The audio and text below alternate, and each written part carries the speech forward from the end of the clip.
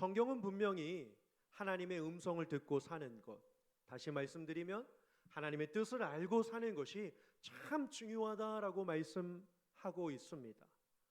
성경은 이렇게 고백합니다. 하나님께 가까이함이 내게 복이라. 내가 주 여호와를 나의 피난처로 삼아 그의 행적을 만민에게 전파하리이다. 아멘이라고 말씀하고 있습니다. 네, 그렇습니다. 하나님께 가까이 하는 것이 복이다라고 하는 것입니다. 왜요? 하나님을 가까이 하면 가까이 할수록 하나님은 우리에게 은혜를 주시고 삶을 통하여서 하나님의 임재와 하나님의 능력과 하나님의 역사를 보여주시기 때문입니다. 그래서요, 이 시대를 살아가고 있는 우리들에게 있어서 내게 조금은 불필요한 소리다라고 한다면 우리는 단호히 그러한 것들에 대하여 듣지 않을 필요도 있습니다. 여러분, 우리는 무엇을 듣고 무엇에 집중하도록 부름을 받은 자들입니까? 세상의 수많은 소리를 차단할 수는 없지만 그 가운데서도 어떻게 해요? 하나님의 강력하고도 세밀한 음성을 들어야만 합니다. 왜 그럴까요? 하나님은요, 우리의 인생이 곤두박질치며 세상의 시련과 아픔 가운데 방황하며 살기를 원하지 않으시기 때문입니다. 이에 성경은 우리에게 인생의 환난 가운데서도 삶의 곤고함 속에서도 내가 외로울 때에도 어떻게 그 상황을 이겨나갈 수 있는지 말씀해주고 있기 때문입니다. 성경을 보시면 욥 버금갈 정도로 고난을 당한 자가 있습니다. 누굴까요? 저는 다윗이라고 생각합니다. 쫓김을 당한 인생, 버림을 당한 인생, 아픔을 당한 인생, 시련에 지쳐있는 인생이 다윗이었기 때문입니다. 그런데 다윗은 그 가운데 수많은 우여곡절 속에서도 이겨나갈 수 있는 하나님의 말씀을 붙잡고 사는데요, 그게 뭘까요? 바로 나의 영혼아 잠잠히 하나님만 바라라 라고 하는 그 말씀을 가지고 살아갑니다. 하나님은 인격체이십니다. 우리도 인격체고 우리 앞에 있는 마주하고 있는 상대방 모두도 인격체입니다. 그러면요, 내가 상대방의 이야기를 듣기 위해서 어떻게 해야 합니까? 내가 내 소리를 줄여야 하고 내 소리를 때로는 내려놓아야 합니다. 그래야 상대방이 무엇을 이야기하는지를 우리는 들을 수 있기 때문입니다. 참 이 상대방 이야기에 집중하는 것을 한번 생각해 보실까요? 여러분, 배우자의 숨소리를 한번 들어보신 적이 있으십니까? 내가 나와 함께하고 있는 배우자나 내 자녀의 숨소리를 들으려면요, 어떻게 해야 되죠? 정말 조용히 해야 합니다.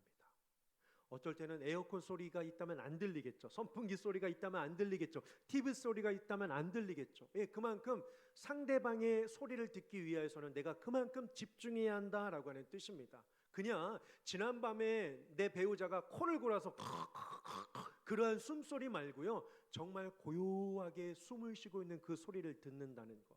네, 그만큼 내가 조용해야 함을 보게 됩니다. 다윗도 마찬가지였습니다. 하나님의 뜻이 무엇일까? 왜 나를 이 쫓기는 상황까지 이끌어가고 계시는 걸까? 왜 내 아들이 나를 반역하게 하는 환경에까지 나는 처할 수밖에 없는 것일까?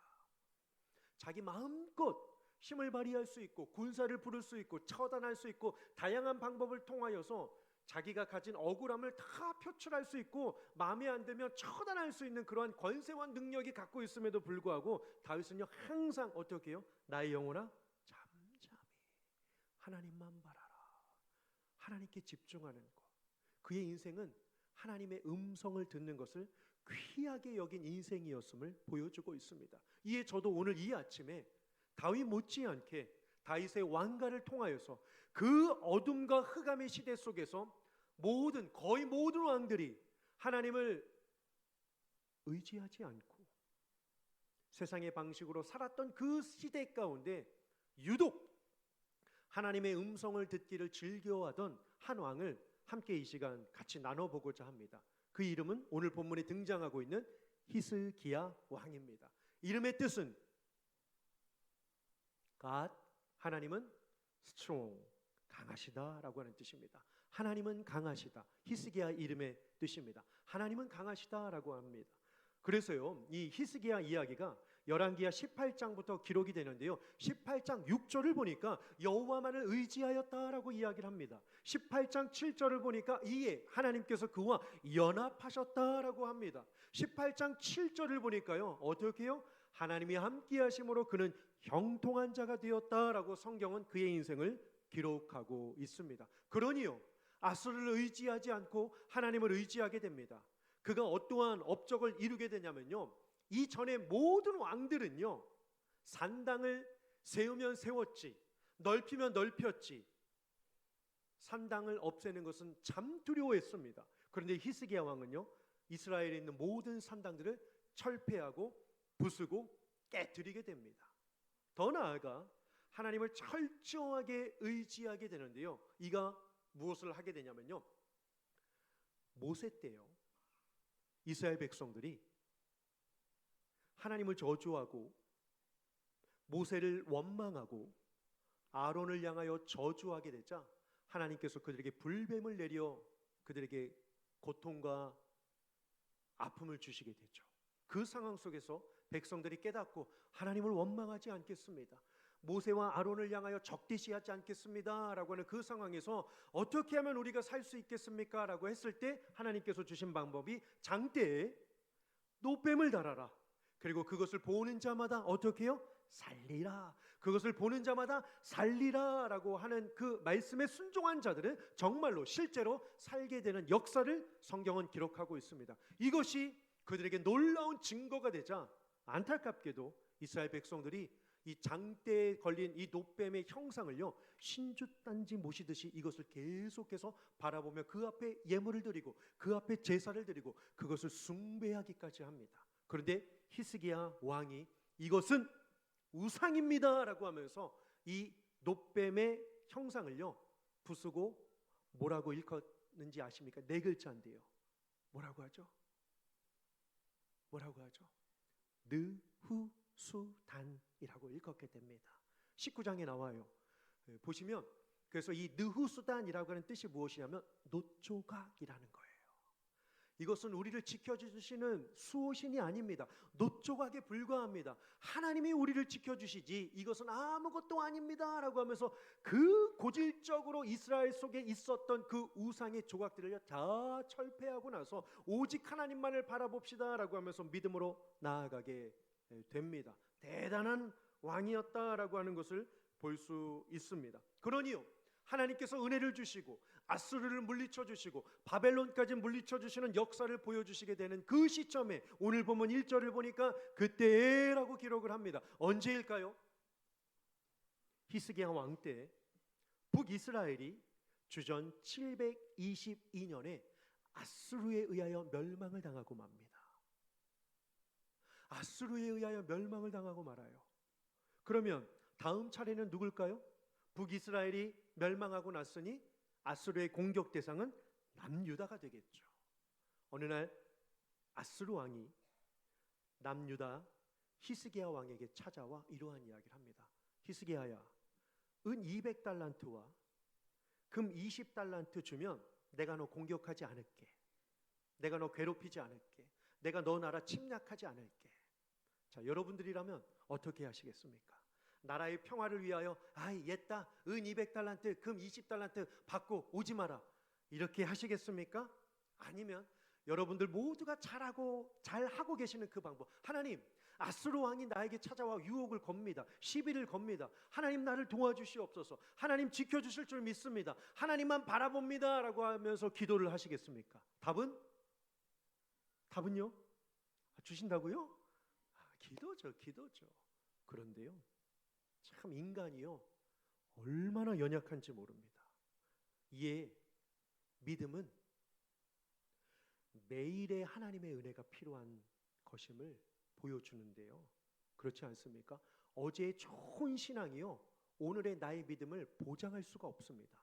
이스라엘 백성들이 만나를 한 번에 1년치 다 받았습니까? 아니요, 매일의 만나를 그들이 받았습니다. 왜요? 하나님 앞에 나아가야 했기 때문입니다. 그냥 음식이 부패하고 상하는 거, 하나님은 얼마든지 음식을 부패하지 않게 하실 수 있는 분이십니다. 그런데 왜 매일마다 장막에 나와서 그 만나를 거두게 하셨습니까? 하나님 주심에 감사합니다. 매일의 고백과 매일의 감사가 그들에게 필요했기 때문입니다. 네, 맞아요. 하나님 앞에 매일매일 나아가는 것이 얼마나 중요한지 모릅니다. 그런데요, 그토록 믿음 좋았던 히스기야 왕이, 하나님은 강하시다라고 이름을 가진 그 왕이 어느 날 찾아온 아수르의 왕에 의해서 은이 100달란트, 금 20달란트 주면 공격 안 할게. 보십시오. 사탄이요, 세상의 악한 것이요, 우리에게 한번 찾아와 우리를 흔들고 멈추지는 않습니다. 세상의 시련과 풍파와 어려움과 괴로움과 고통이요, 한번 찾아오고 떠나가진 않습니다. 병이 이어지는 것처럼, 시련이 이어지는 것처럼, 환난이 멈추지 않는 것처럼, 고통이 끊어지지 않는 것처럼요, 인생을 우리가 호흡에 멈추는 그 순간까지요, 시련과 고통은 늘 누구에게나 찾아오는 것을 볼 수 있습니다. 마찬가지예요. 이에요. 히스기야 왕이요, 잘 들어보십시오. 은 200달란트 줍니다. 금 20달란트 줘요. 근데 그 마음에요, 두려운 나머지 뭘 더 주냐면 성전 문에 있는 금을 벗겨다가 줍니다. 근데 그 주고 났는데 마음이 또 불안한 거 있죠. 이걸로는 성이 안 찰 것 같은데 성전 안에 있는 기둥들에게 입혀진 금들을 싹 다 벗겨다가 아수르 왕에게 줍니다. 자, 퀴즈 하나 내볼게요. 아수르 왕이 이야 더 좋네 라고 하면서 공격을 멈췄을까요? 아니면 공격을 여전히 진행했을까요? 지금 눈빛은 너가 빨리 대답해 라고 이렇게 눈빛하고 계시는데요, 여러분 어땠을 것 같습니까? 그럼요, 감사합니다. 아유, 좀 도와주시지, 그렇죠? 감사해요. 진행합니다. 멈추질 않아요. 멈추질 않습니다. 이에 히스기야 왕이 두려워서 베옷을 입고 성전 안에 들어가다가 아하! 한 가지 사실을 깨닫고 왕궁을 지켰던 엘리야김과 서기관 셈나와 제사장 중 장로를 불러 너네 이사야 선지자에게 가서 3가지 말하고 와라 보냅니다. 첫 번째, 지금은 환난과 징벌과 모욕의 날이로다. 이 고통을 누구도 감당해 줄 수 없다라고 합니다. 이것을 누구도 지켜줄 수 없다라고 해요. 환난과 징벌과 모욕의 날이다. 두 번째는요, 아이를 낳으려고 하나 해산할 힘이 없도다라고 합니다. 우리 아수르 쳐들어오면 이길 재간이 없다라고 이야기를 합니다. 여기까지는 괜찮죠. 근데 세 번째 뭐라고 이야기를 하냐면요, 열왕기하 19장이에요. 북이스라엘이 멸망하고 아수르에게 조공을 바쳤음에도 불구하고 그들이 여전히 우리에게 공격을 멈추지 않는 것은 뭐 때문이라고 하는지 아십니까? 19장을 보시면 히스기야 왕이 이러한 이야기를 합니다. 선지자 이사야가 기도하지 않아서. 네, 주여, 이게 정상적인 반응이죠. 선지자 이사야가 기도하지 않아서. 북이스라엘이 멸망한 이유가 선지자 이사야가 기도하지 않기 때문일까요? 북이스라엘은요, 하나님을 경멸했습니다. 하나님이 보내신 선지자들을 쫓아내었습니다. 하나님이 주신 말씀을 기억하지 않고 예배가 아닌 우상 앞에 간음하는 죄를 범하고 말았습니다. 하나님이 무능하셔서 북이스라엘이 멸망하고 아수르가 남유다를 공격하는 것이 아니라 북이스라엘이 하나님을 없는 자리와 상태로 만들었기 때문에 하나님이 임재하지 않으신 것입니다.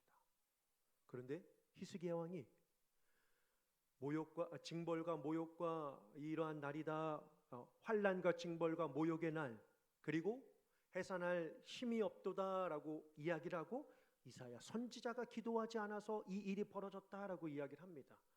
말도 안 되는 이야기죠. 여러분, 환난과 어려움과 고난이 찾아왔을 때 누가 기도해야 할까요? 누가 기도해야 되죠? 내가 기도해야 되죠. 우리가 기도해야 되죠. 어느 한 사람, 어느 누군가가 잘못이 아니라 하나님 앞에 모두가 자기 자신이 기도해야 하는 것이 원칙입니다.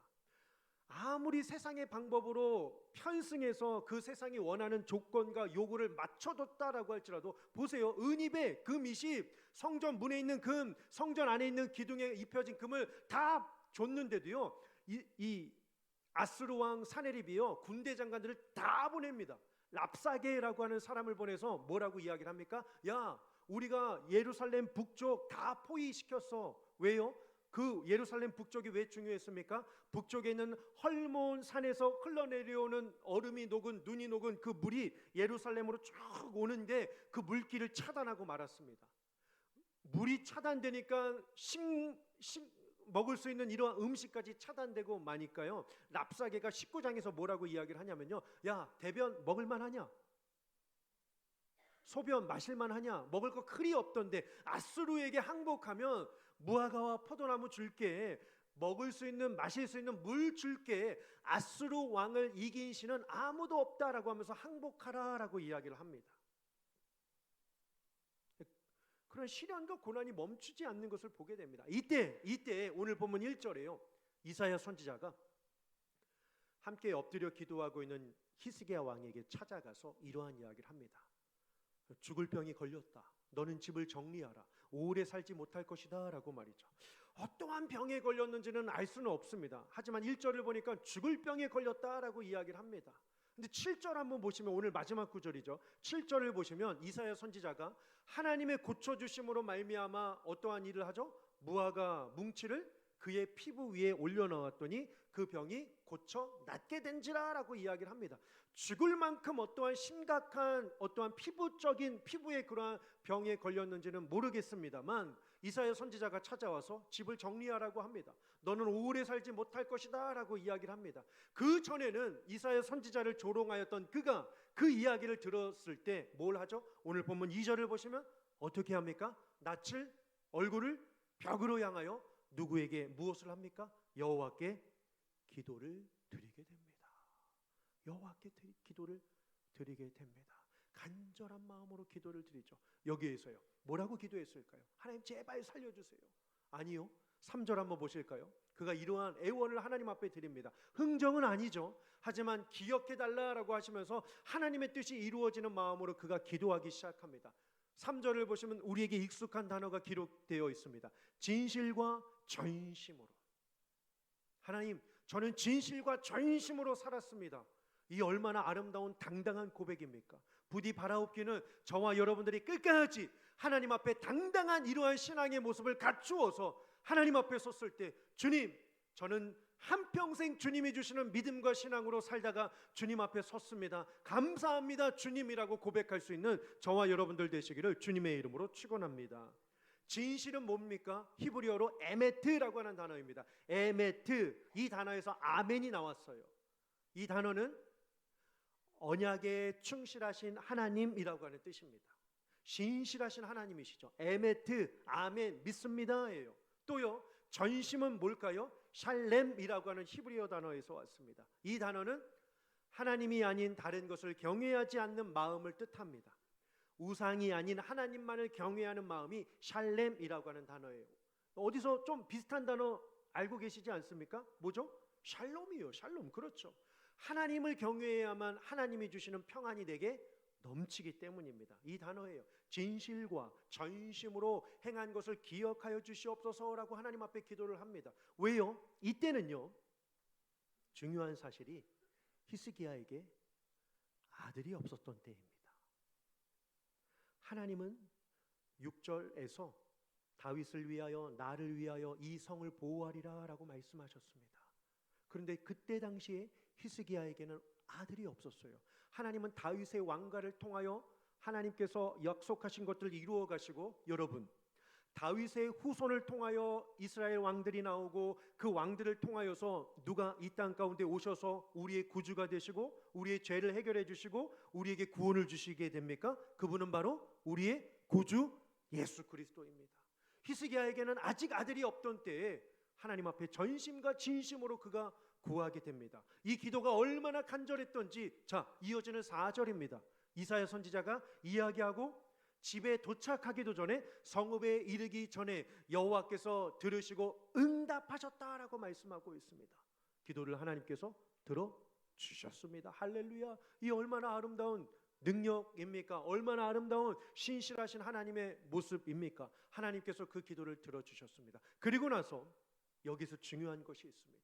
기도를 들어주시고 나서 하나님께서 히스기야를 어떠한 인생으로 삼아주시는지 이 구절을 보면요, 우리가요 요즘에 기도해도 응답이 잘 되지 않는 것 같고 믿음에 연약하여져서 정말로 신앙의 기쁨도 사라져 있는 분이 혹시라도 계신다면요, 여러분 보세요. 하나님은요 우리를 어떻게 대하시는지요.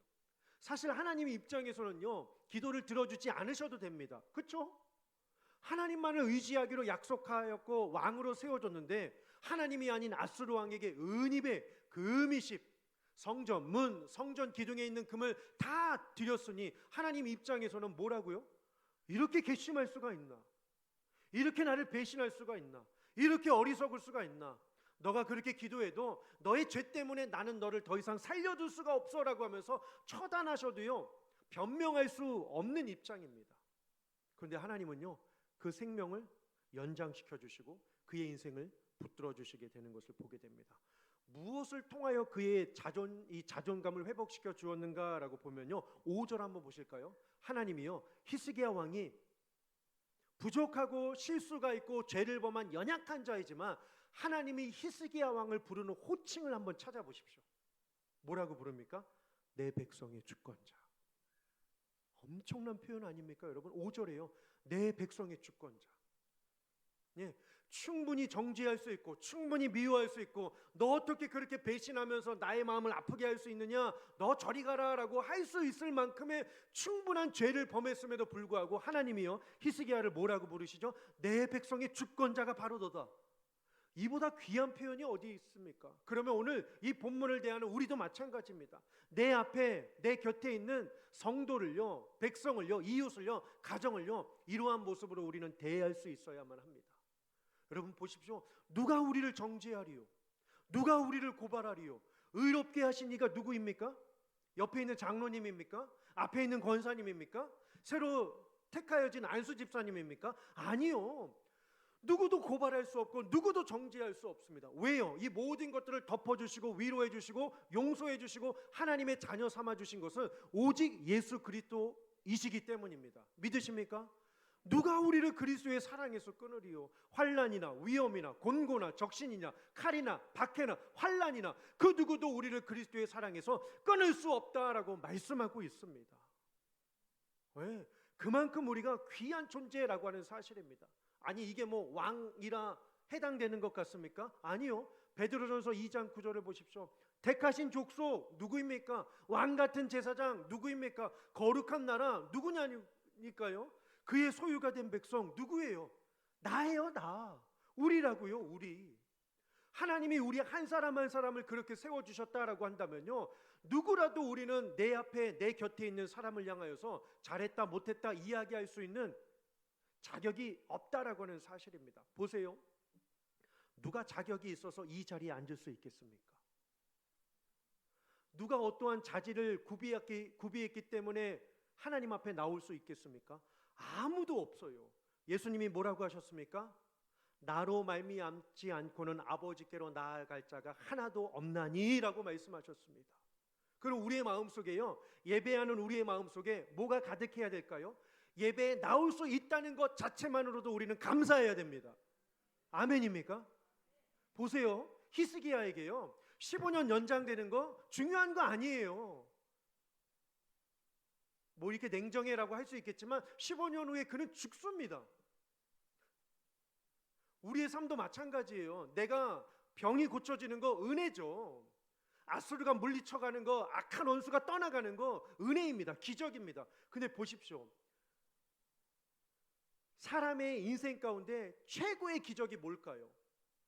여러분 뭐라고 생각하십니까? 최고의 기적, 내가 결혼한 거? 내가 취업한 거? 내가 명예를 갖는 거? 내가 힘을 가진 거? 내가 권세를 가진 거? 아니에요.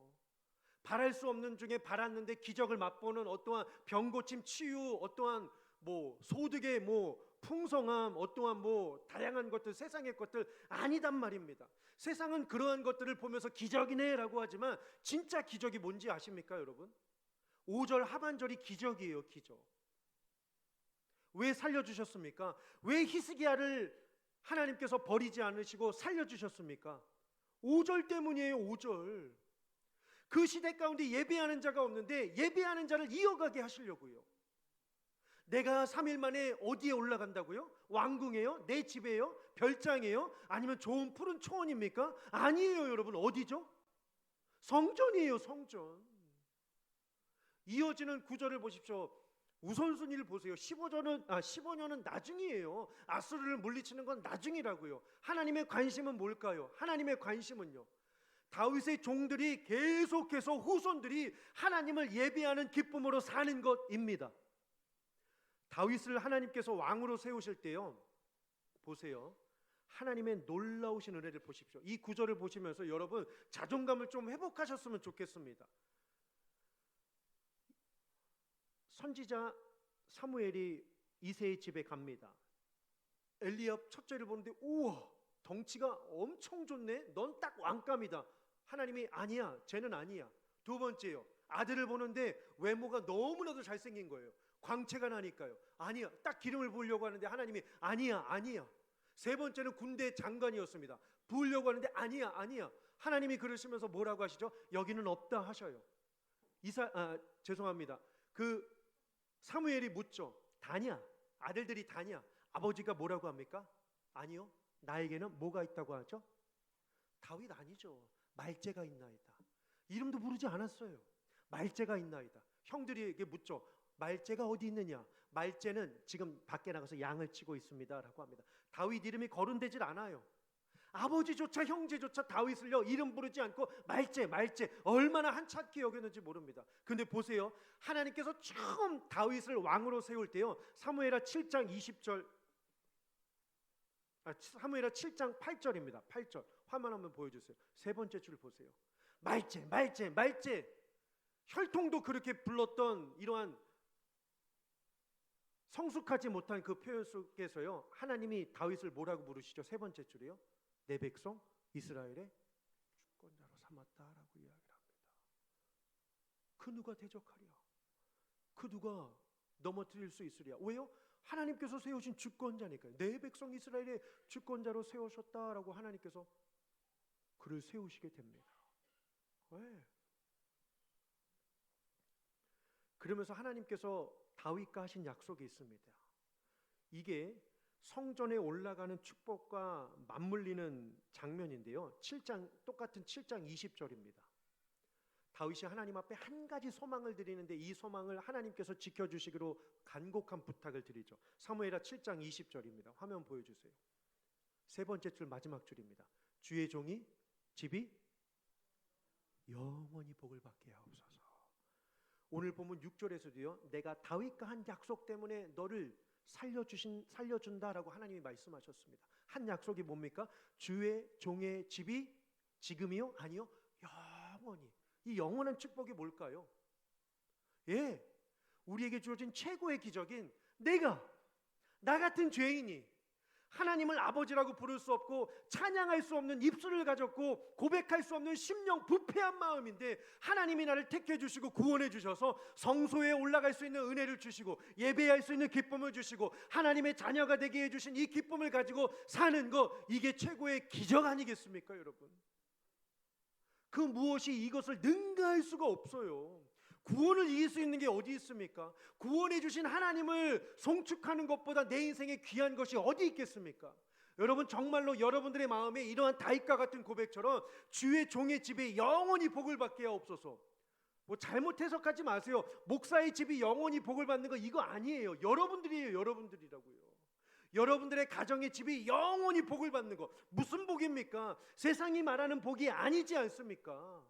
믿음의 복이에요. 신앙의 복이에요. 은혜의 복입니다. 구원해 주신 그 복을 나도 누리고 내 후손도 누릴 수 있다는 것, 이게 갈망이 되어야 됩니다. 이게 절박한 심정이 되어야 돼요. 이게 기도의 제목이 되어야 합니다. 이거 말고는요, 내 머릿속에는요 싹 지우셔야 돼요. 왜요? 예배가 이거이기 때문이에요. 예배가 뭘까요? 예배는 한자로요, 한문 뜻대로요, 바우다운, 엎드림입니다. 왜 엎드리죠? 나의 유일한 주인은 하나님이십니다라고 고백하는 게 예배예요. 엎드리면 엎드릴수록 뭘 깨닫습니까? 나는 정말로 하나님 앞에 설 수 없는 죄인입니다. 두 가지예요. 주인 대신 하나님, 죄인 된 나, 이거 말고 다른 게 없어요.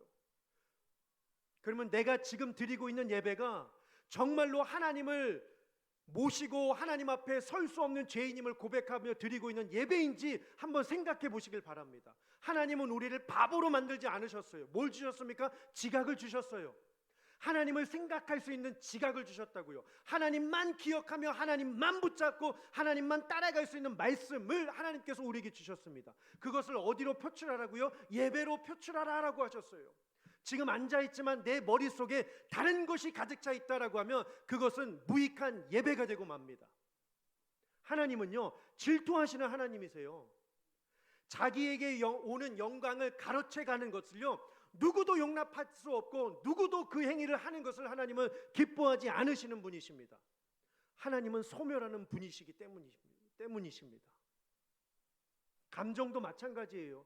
내 지금 마음의 상태가 하나님께 집중하고 있는지, 하나님이 주시는 은혜를 갈망하고 있는지, 아니면 하나님이 아닌 다른 것이 내 머릿속에, 내 심령 속에, 내 마음 한켠 속에 하나님을 앞서서 주인되고 하나님보다 더 우상화되고 있는 것이 있다면 피조물이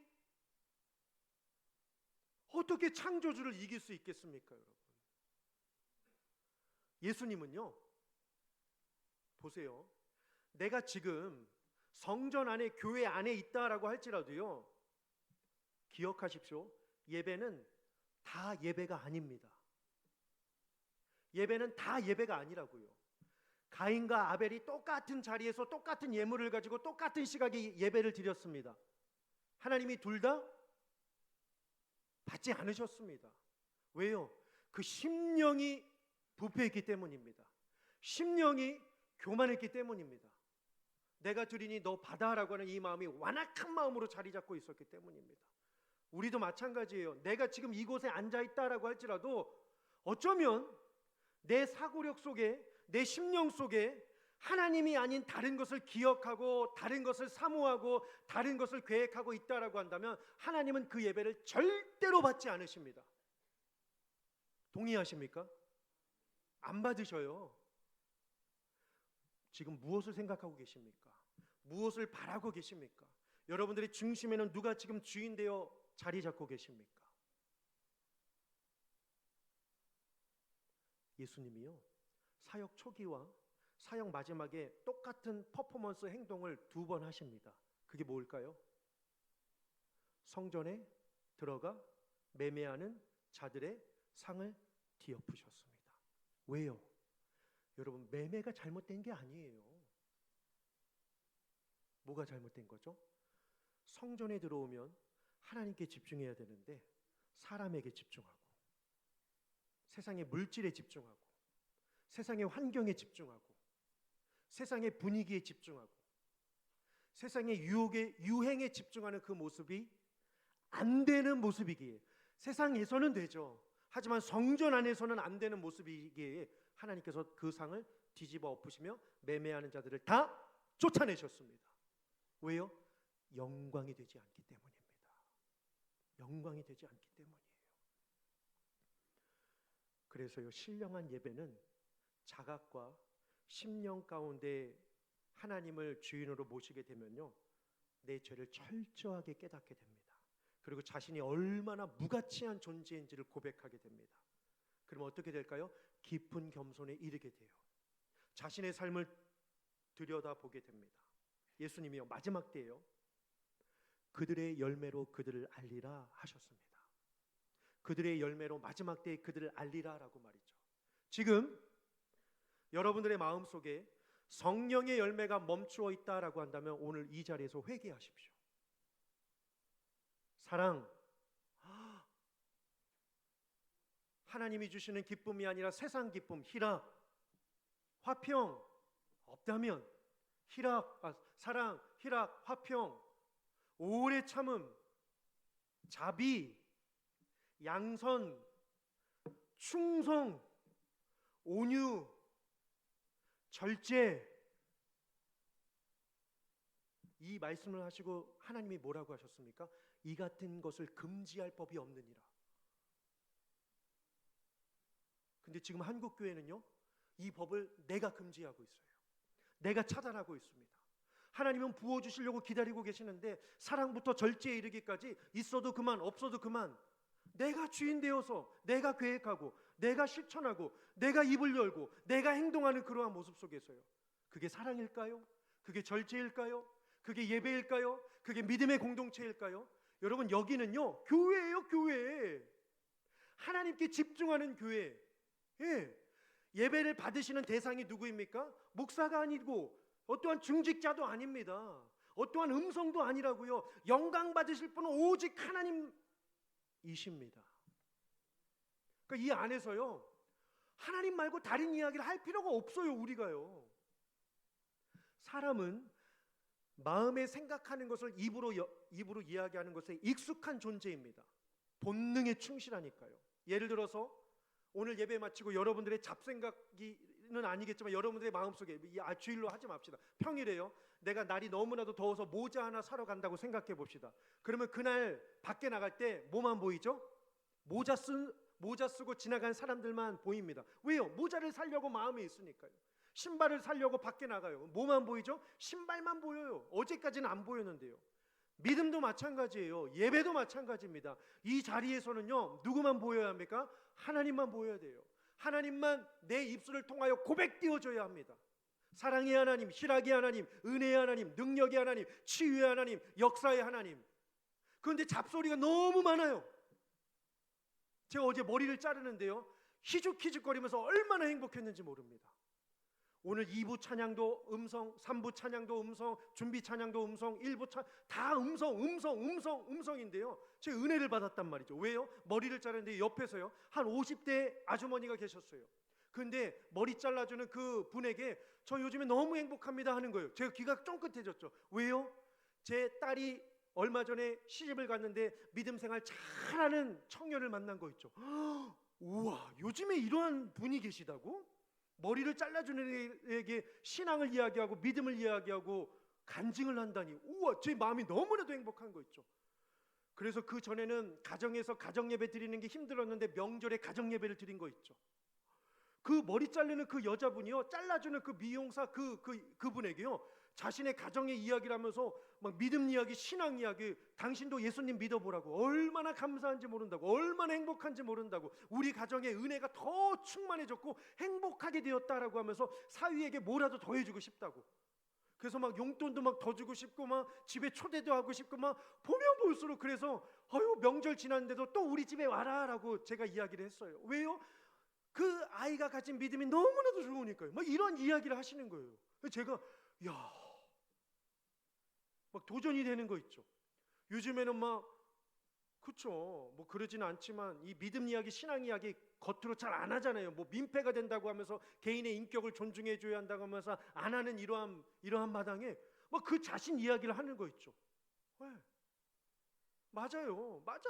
내가 뭘 생각하고 있느냐에 따라서 내 입술에서 나온다니까요. 내가 뭘 가치관을 품고 있느냐에 따라서 내가 표현이 되고 행동이 되고 말로 전달되는 것을 볼 수 있습니다. 지금 여러분들의 생각에는 누가 자리 잡고 계십니까? 지금 여러분들의 입술과 고백 속에서, 아니 한 주간의 삶 속에서 여러분들은 누구를 고백하며, 누구를 위하며, 누구를 증거하며, 누구를 고백하며 살아오셨습니까? 진정한 예배를 드리고 계십니까?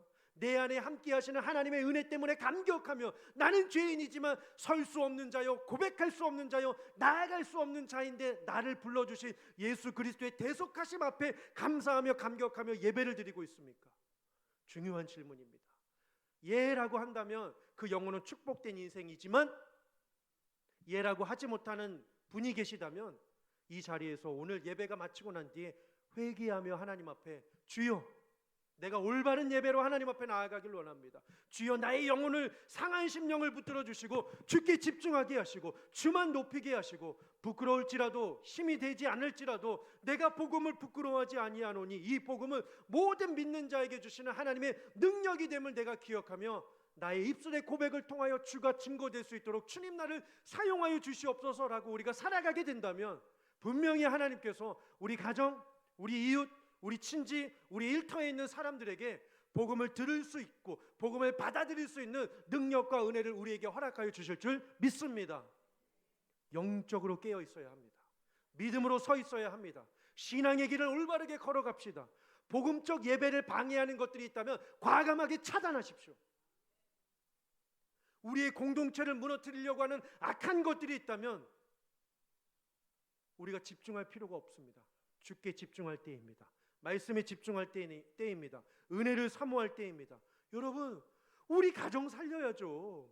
우리 자녀 살려야죠. 주의 종의 집에 영원히 복을 받게 하옵소서. 진짜 중요한 것은요, 내 가정의 자녀예요. 남이 뭘 하건 물론 관심을 가지고 신경 써주고 기도해 줘야 되겠지만 진짜 중요한 건요, 여러분들의 자녀라니까요. 자녀 어디 있습니까? 뭘 하고 있습니까? 함께 예배하는 자입니까? 아니면 여전히 방황하고 있는 자들입니까? 물론 주님께서 언젠간 돌아오게 하실 것을 저는 믿습니다. 하지만 우리가 놓치지 말아야죠. 주님이 포기하지 않으시는데 왜 우리가 절망하고 입을 열기를 두려워하고 근심하고 있습니까? 우리는요, 하나님이 기뻐하시는 것을 해야 합니다. 사탄이 조소하는 것이 아니라 하나님이 원하시는 것을 해야 된다라고 하는 사실입니다. 하나님은 영이시니 예배하는 자는 신령과 진정으로 예배할지니라.